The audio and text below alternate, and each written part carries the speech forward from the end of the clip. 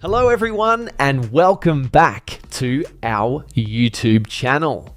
In this video, I'm going to show you how to fix Slack mobile app not working.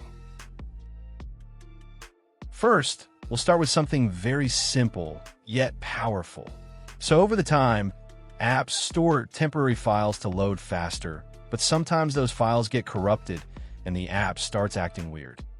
To resolve this issue, we will first head over to our device settings. From here, scroll down and tap on General. Once you're in the General Settings tab, look for iPhone Storage option and tap on it. Over here, you can either search for the app or you can scroll down and look for it. Then tap on the app. On the next screen, you need to tap on the Offload app option. A confirmation pop-up will come up. Now tap on the Offload app option here. It'll take a bit for processing, and then a reinstall button will show up. Simply tap on it to reinstall the app. This should resolve the issue, but if it doesn't, then you need to check if the app is running an older version.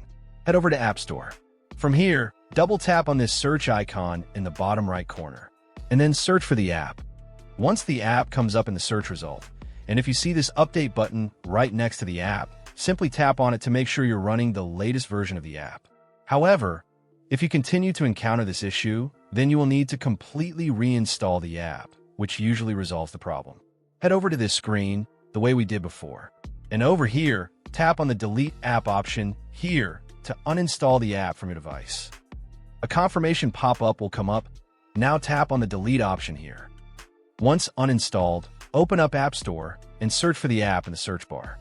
After the app comes up in the search result, simply click on this cloud icon to install it back onto your device.